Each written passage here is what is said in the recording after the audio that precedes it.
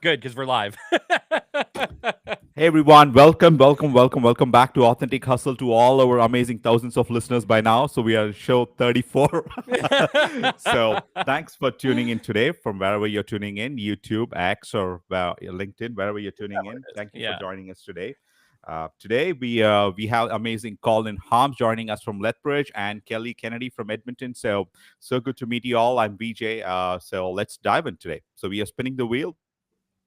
Let me get the wheel set up. Sorry, I didn't open the website. that's Yep. okay. That's okay. That's 34 episodes. We'll do better at 104, right? There we go. Let's spin it for the day.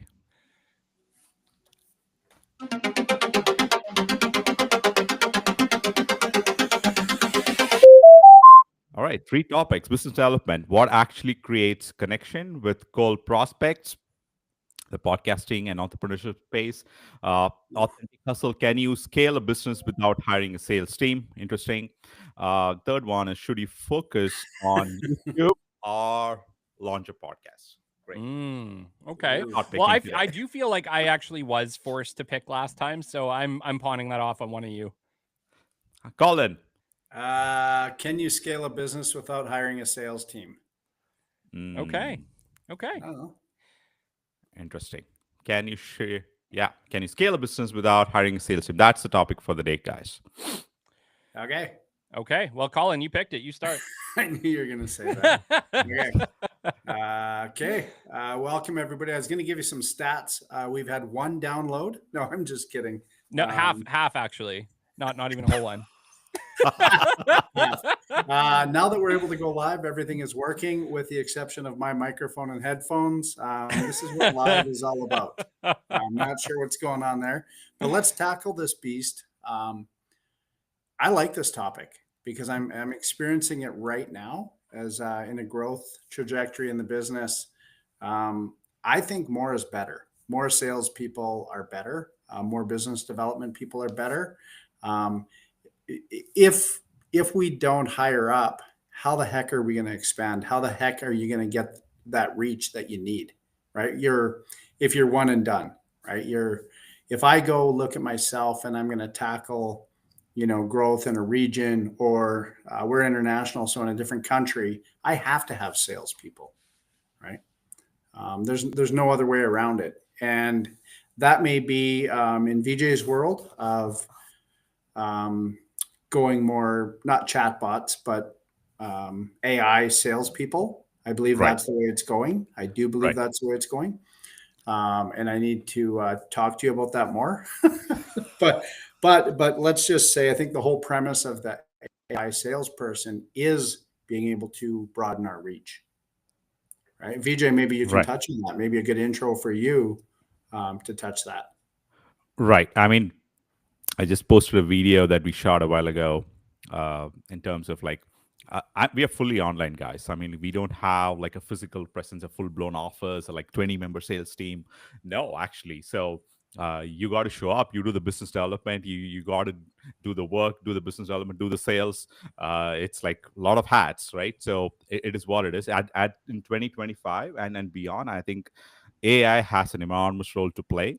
And if you're leveraging AI, I'm sure many are. If you can leverage AI, that's fantastic. And how can you? Uh, I mean, it's like multiplying your time, right? Let's say you have 1 hour for sales and business development. How can you scale it to, like, let's say 20 hours with AI, right? So that's the kind of power that we have, and you're able to make the hundreds and thousands of calls with that. There's a cost associated to it, of course, but the AI can do it's like magic, right? You put in a phone number and a spreadsheet, it can just call people and then leave a voicemail, right? So that is possible. So uh, yeah. uh, uh, I think it's a bit of a double-edged sword, right? I don't think we're quite there yet to be, to be able to like scale through AI salespeople at the scope that we really want to in the connection way that we want to, right? But I think we're on the right track. I think maybe that would be a better way of putting it. I'm still a massive advocate of human to human interaction. And I really believe that those initial interactions, they really do need to be with an authentic person, somebody that you can connect with. Obviously, we are seeing the advancement of AI agents. agentic. I believe they call it agentic AI. VJ, you're the smart one on this stuff. Agentic AI, and we are seeing the advancement of that. And actually, just as like an example, I want to say that I called a phone number the other day that had rang me, and when it answered, it was like, "Hey, this is Kaylee, an AI agent," and it was so perfect. I almost couldn't tell. Like, had it not said that I am an AI agent answering the phone, I don't think I would have known. That's how close it was. I don't know the company. It was just a weird random robocall, but I called back and it was a robo person that answered and it was nearly perfect. And so I think maybe we're on the path to where you could have somebody pick up the phone and maybe route it. But, when I look at the way that I reach out to people, like, I talked to you guys, I tried Expandy for LinkedIn. And very quickly, I think I give it about a month. I give it a fair trial. But there were things about the automated connection that I just didn't like. The forced replies, the fact that I needed to give it, in this particular case, 3 responses. And I kind of thought about it from the standpoint of like, I don't typically respond 3 times. Like I'll drop a message and I'll hit the ball over the fence and I'll wait for somebody to get back to me, right? Like that's the human thing to do. We're typically not like reaching back out with another message when we haven't got something back, in the first week or something like that, right? So there were things about the way that it was customized that I wasn't really a fan of. I still find that I get my best connections, my best responses when it's me simply hand typing a message to somebody on LinkedIn, simply doing my cold outreach, my emails, my phone calls, asking for that meeting, right? I still think humans have the edge and will continue to have the edge for a very, very long time. Do I think that we can scale utilizing tools? Absolutely. And the way that VJ had mentioned it in the beginning, it's how do you automate the things that maybe don't require that human touch, right? That's it. There's still going to be a lot of things that require the human touch, but the more things that we can automate that don't require that, the day-to-day monotonous tasks, creating the data entry, the CRM inputs, maybe the searches or the research that we must do. If we can automate those things, great. But I think make sure that you're automating the right things, that you're strategically thinking about. Not everything should be automated. I'm a true believer in that. Right. I don't have like the thing. I mean, try and see what works for anyone. And of course, like I resonate with what you say, Kelly. I mean, keeping that personal relationships, like most of the sales that actually converts are the one where you have the personal relationship. Totally. Right. I mean, when we don't know, and if an AI makes a call and we have hundreds and thousands of dollars worth of product just with an AI call, no, it's not happening. I don't want to promise that to anyone either. But at the same time, if you have like massive, I mean, the other day I called, I don't want to name the company, but I called my internet provider, right? I mean, we were on the line for 40 minutes and to even to get to a person, we want to upgrade or change the plan or whatever. So 30, 40 minutes waiting call. And I call insurance provider. We have to be on the line for 1 hour. Of course, there's a callback mechanism. Many times they don't even call back. You put the number to call back, they don't call back, right? And if where you're dealing with hundreds and thousands, millions of customers, where you're struggling to do customer support for inbound processing. So that is one other avenue I'm seeing. Let's say you want to book an airline ticket, right? I mean, you call instantly, Air Canada picks it up and it helps you book the ticket, right? So that is a way, that is one avenue I'm seeing AI could be employed. So, I mean, customer support is one phenomenal area for improvement, and I think this can help. And outreach, especially for business development in the small business world, I would still think doing those personal calls, Kelly, like you said, those are still valuable. But when you're at the scale, let's say when you're doing millions of calls just to book a meeting, right? And in those cases, maybe this can be helpful, is what I think. Yeah. I'm still making those personal calls myself. I'm not like delegated it to AI yet. So yeah. The business developer in me is like, what are you doing making millions of calls to sell one thing? I know. You're not doing your ideal customer profiling. Fix that immediately. Right. I don't know, credit cards. Yeah. I mean, you're right. There's going to be use cases for it. Colin, I'd love your take on this because, you're in very high ticket sales, right? When you're selling something, I think base price probably around what, $120,000, $150,000 base cost. Yeah. What is your take on utilizing AI? Do you think that you will get to a point where you can automate that process, or do you think human in the loop is just always going to be there? I think a hybrid of both. I think the AI portion may come from developing sales list or potential leads, but not to reach out, like more to give me, an Excel spreadsheet of here's potential leads. Yeah. You can give me all the cold leads in the world. We're still going to have to follow up. And we're going to test and measure that because we're launching an online store tomorrow and Friday.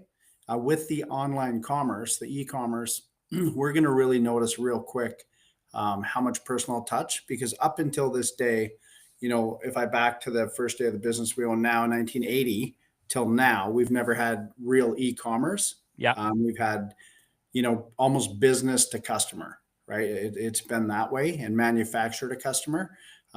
Not great. We've done a good job at doing a bad thing, if that makes sense. So now with e-commerce, though, I think we could use AI to drive people to the store, right?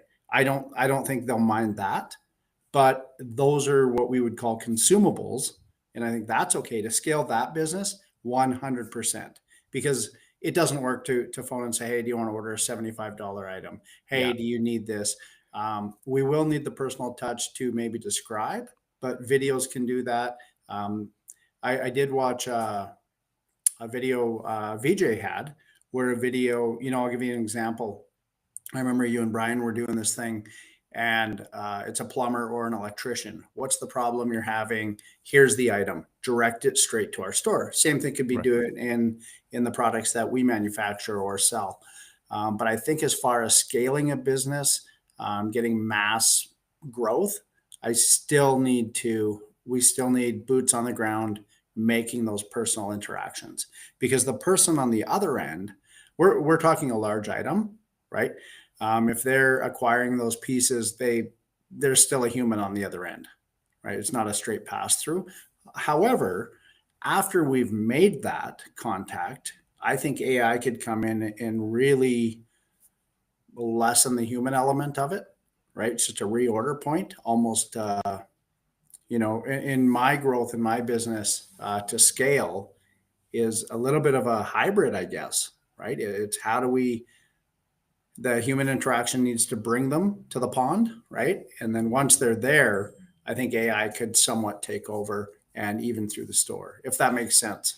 Yeah, I think it's really important to remember that we are really speculating. We really are. We are really speculating. To all of our listeners right now, we don't have the answers. We are at iPhone 1. And I always say that when we're talking about AI, I always say, look, we're at iPhone 1. We didn't know, Steve Jobs didn't know at iPhone 1 what iPhone was going to become. He was just starting the idea. I think we're going to create something that's going to give people the internet in their hand, right? When you have the internet in your hand, what does that mean? Well, the applications haven't been made yet to show you what that'll mean. We know now that it's pretty friggin' exceptional. I think it's important to remember that with AI, right? AI, I can't remember exactly what it is, but I believe the power is doubling, something like once every 6 months was or twice, 2 times as powerful every 6 months, if I remember correctly. And essentially what that meant was that from 2023 to 2028, by the time we hit 2028, AI is going to be 1,000 times more powerful than it was in 2023. My mind was blown the first time I used ChatGPT. So what does that mean? 1,000 times more powerful. Nobody has the answers. Vijay, you did an exceptional presentation inside Catalyst Club last week talking about it's not about having all the answers. It's about taking strategic steps along the way. So it's not such a gigantic shock. At 1,000 times more power, that you already have some AI integrated into your systems. You are really making the case that, that Blockbuster didn't see Netflix coming. And had they prepared better, had they started thinking about the digital world, they might not have been completely wiped out by Netflix. And you mentioned the same case with Uber and taxis. We were just in Calgary, and I was making the comment that I don't see any taxis here. And you're like, yeah, dude, they're gone. Gone. I mean, in the late 90s and the early 2000s, I'm sure when people started using internet, no one trusted it. Actually, I mean, no one had the buy-in of the internet. Oh, no, I still want to go to the store and make the purchase. No one would put a credit card on a website. Oh, I don't know. Yeah. What if it gets lost? I mean, nothing would happen. Actually, you can just call the bank and then block the card. It's as Yeah. simple as that. It's like it's very difficult to explain it, but it is what it is. And I mean, today people buy hundreds and thousands of dollars of products. I mean, we do it on Amazon all the time, right? So it happens. I think for anyone beyond the sales team, if anyone is selling, I think they should target also try and sell it globally. I'm sure Colin is already doing that, Yeah. and many other businesses. I'm sure, like if you're not selling on your website to a global customer, Yeah. then you're doing it wrong. You should do it. We have had global purchase on our website on Jadwal, so yeah, you should have an e-commerce presence, absolutely. And if people are not able to put a credit card in and check out instantly, so that's the model I think will be the future model, which actually reduces the reliance just on one country. And I'm just not picking on US, but I'm just saying it reduces reliance on just one country, and it expands your business portfolio to the rest of the globe. Yeah. And if you can offer a product to in Canada, you can also offer a product in the same product in New Zealand or Australia, right? So that's where we are running with. That's what we're running with. I'm no expert again, but I think that is a model that will work for a lot of companies to be able to have that e-commerce checkout mechanism that you see on many of these bigger products, but you should Yeah. also have it on small businesses as well. Yeah, and to the listeners listening right now, if you are implementing AI to help you scale, to help you automate some of these tasks, please share with us in the comments what programs you're using, right? Because I think that'd be super valuable to the people who find this video in the future. Put in the comments on YouTube, on LinkedIn, what programs are you guys utilizing right now to maximize your reach, to maximize your time, your strategy? Love to hear it. Vijay, like I said, you're very much an expert in this space. You spend a lot of time thinking about the future. You spend a lot of time creating programs for the future. If people are starting to take steps today, like if people do want to start to maximize their time, scale, I know inside the presentation that we did together, you had a whole bunch of programs that you'd actually recommended. But for the people listening right now, if you had to recommend, let's call it 3 to 5 programs and maybe what they do, what would you be recommending today for people to start taking steps into the future? Yeah, the reason I didn't recommend that, Kelly, is I did it on purpose because you cannot recommend, hey, this is the product you got to use. Let's say I go and tell, hey, you have to be an Android phone user. Instantly, people would flip. No, I love iPhones, right? So Sure. then let's say you recommend a Microsoft product. They would say, no, Yeah. I love a Google product. So Yeah. there's a lot of like give and take in that. So try and see what works for you, even with AI, right? I mean, people have started using ChatGPT. I mean, also try out Grok. I mean, Grok is fantastic if you want to gather more real-time observation of like get deep into an issue and then understand what it is. Grok is great. I mean, have you I've tried heard Gemini? I've heard about Grok, but I don't know what it is. Can you maybe explain it to me? I've heard that it's like Elon Musk's AI. Can you maybe go a little deeper into that for me? Yeah, so Grok is basically OpenAI. I mean, OpenAI initially was started to be an open AI, to be like a full open source kind of an AI. That's what the initial thing. And Elon invested $100 million into it, and it took off in a different direction. But Elon came back, and of course, he purchased X, and he started its own AI company called XAI. So Grok is an initiative of that. So it's a part of XAI, and it's evolving phenomenally. I mean, it's not behind ChatGPT. It's probably the number 2 app in the App Store among the AI products. So Wow.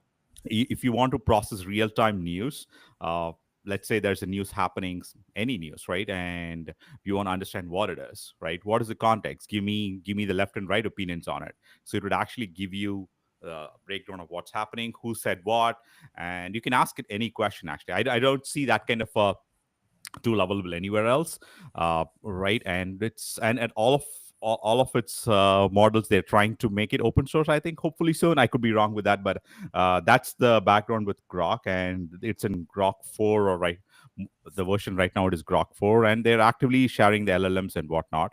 But largely it came out of XAI, and it connected with the real nose, and all of the data that's out of X, Twitter, it's also available for Grok to process it. No other AI has this kind of, because all the presidents, all the leaders, entrepreneurs, they're all on X. Yeah. Right. So all of the data, everything that they're actually posting and tweeting, it's also available for the Grok AI to process it. So that's powerful.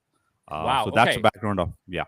Okay, no, I agree. I don't necessarily want you to like pick out and be like, this is what you should use, because I get it. But I do Right. feel like you do have programs that you use and you could speak to your experience on it. And I think that would be helpful because you know what I mean? There's people like me, man. I don't have all the answers. I don't know. I don't live in the tech space. I try to find tools that'll help me maximize my time, do better. I just love to maybe know, what are you using as somebody who is super forward thinking, working in technology? What are you using to maximize your time to the best of Yeah, your ability? I use Gemini. I use Gemini. Gemini is another Google's AI. So that is fantastic too. The images that Gemini are generating are sometimes even better. I could be biased because these models are evolving every day. Maybe Sure. next week, Grok is even better. So I love the images that Gemini generates. So I love that. Of course, I use Grok. Of course, I use ChatGPT. ChatGPT is great with structuring the content in a document format, Yeah. throws out wonderful emojis and whatnot. It's more structured. It's good for reading, actually, if you're generating it with Grok. And these are three platforms I do use. I have also used Mid Journey for. I mean, if you want to create a cinematic kind of like an image kind of a thing, Yeah. so Mid Journey is also phenomenal. Right. So I've used this. I don't know. Besides it, we use like traditional tools like CRM and video editing tools and whatnot. Of course, we all use Riverside, Yeah. Kelly, for the podcasting. For development, I use like those are like development products like Visual Studio and Cursor. Cursor is another like development tool that we use for like software development. Okay. Yeah. So that it has its own AI, it has Copilot within it. So Cursor is fantastic. Uh, yeah, I mean, and I think Office 365 also now has AI. I haven't used as much Yeah. Office 365, but yeah, those are some tools that immediately comes to top of my mind when it comes to yeah, I would say go beyond ChatGPT. I would encourage people to go beyond ChatGPT and try other tools because the models are different, right? Especially with the voice initiative that we were doing, actually, Yeah. we have the capability to support 12 different AI providers and other AI. I'll just name them something like Anthropic, DeepSeek, and these are some other AI providers just beyond the ChatGPT, Grok, and Gemini. Yeah.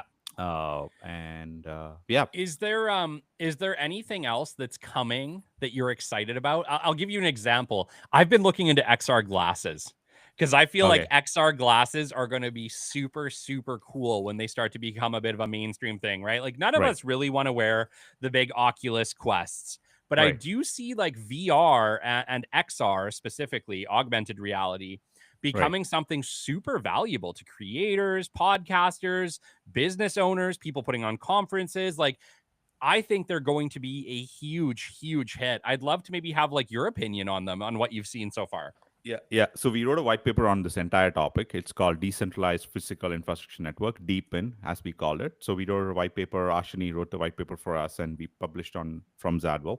So two companies that I would name is like Auki, Auki.ai, AUKI.ai, and Peak, PEAQ. So Peak is phenomenal. Peak and Auki are phenomenal. Peak is actually integrated with most of the companies that you can think of, like Bosch, Tesla, and so many other companies, actually, because I'll explain what DeepIN is in a second. So what happens after GPS, right? The moment, let's say you're in GPS, you're in a downtown setting. Yeah. Most of the times when you're in downtown, you lose GPS, right? Yeah. Let's say you Yeah. get into a 30 floor building, and you don't really have any way to navigate that building. It has happened to me many times when you're navigating a conference or anything like Totally. that. So this is actually beyond GPS. And if you want to be able to visualize, of course, they've started with the mobile phone, but the next step is to put it on the VR glasses and to be able to visualize within a building. So Alki does a, I mean, let's say you want to find that specific Thai noodles in that aisle or whatever, right? Yeah. So you'll be able to search that product. And they've actually implemented in several grocery stores in Europe and in Asia. So you can just search a product and it'll actually tell you how to navigate to that noodles or Oh, wow. within the store, right? So so yeah, Aki is So what great. you're saying is we don't have to look at the signs above the aisles anymore. We've completely gone Yeah, beyond this. yeah, Technology is going to save the day for Oodle Noodle. yeah. And similarly for in a conference, right? Let's say you want to go meet Bob Yeah. at that booth number 232. Where Yeah. is 232, right? Sometimes it's difficult to go to. This is true. So Yeah. you can just put it like search the company and then it'll help you navigate within a conference. So check out Interesting. Aki and Peak. They're fantastic. That's super cool. I wonder how they do it, because obviously it can't know exactly where you are if the GPS can't find you. That's really curious. But you know what? Something very similar I just found out the last week here is like Canadian Tire Store. Like I was talking to somebody about how amazing their services and their training programs must be, because you walk in there and somehow doesn't matter who the staff is, they know it's They aisle know where everything 17. is. Yeah. But they've got one better. If you go on the app and you pick your store you're in, it will direct you to the part you're looking for. Oh, really? Right? It'll light up and it's like beep, beep, beep, beep, beep, hot, hot, hot, hot, on hot. the app? Really? Yes. Yes. Oh, And it'll bring wow. you in that aisle. Right? Okay, because I'm so old school. I literally go to the website and I look for the aisle number on the thing I want. and that's what I do too. But they're honing in on that, right? So, That's cool. One thing I want to touch on, just as we were speaking, I thought, okay, scaling, right? We're talking about scaling. Yeah. Scaling is actually what we have to recognize, so different to every industry as well. Yes. Right. So I was thinking of mine, that type of thing. my lights are going. I must not have moved in my office. Not it's dark in here. There you go. Whoa. There you go. Whoa. Now I'm not sure what happened. Okay. But one thing that was really cool that came up was it said like manufacturing, right? Scaling could mean designing modular assembly lines or outsourcing parts. Yeah. Right. We have just ordered a robot for laser welding. Right. It's coming in. That is AI, right? That is not getting rid of humans. Somebody's going to have to operate it. But we've just ordered one. How is that different in that business? And then in real estate, scaling might be using admin staff, CRM tools, and marketing systems, so we can, serve a different aspect of the business. So I think when we talk about scaling, anybody listening, every industry, every customer base is different. So I think what will happen with AI is a little bit of somebody will try to grab and go, how can I work that with my company? It may not be the right tool for them. Yeah. Right. Yeah. We have to get real specific and say, because with applications, with apps, I think we've in VJ, this came to me when you were talking about the different, the X VR, right? The different X, VR, okay. but even Grok, right? Grok. Versus GPT, Right. those types of things.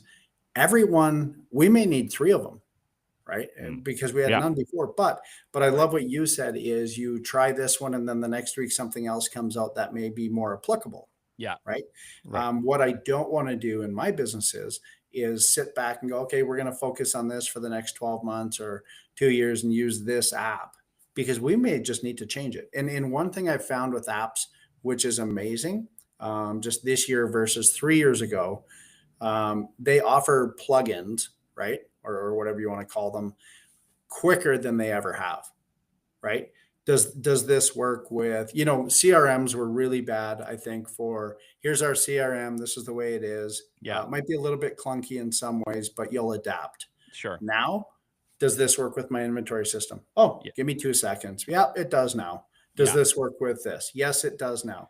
Does this work with AI? Yes, absolutely. It's going to now. Yeah. Right. Yeah. Right. Yeah. Like creating integrated ecosystems. And that was actually something that VJ, you had mentioned, in the presentation that you did for us, is that it's not so much about this program or that program. It's about how does it all work together to maximize value, to save you the most amount of time, to automate the most amount of things. And what you talked about as well was don't just think about one thing.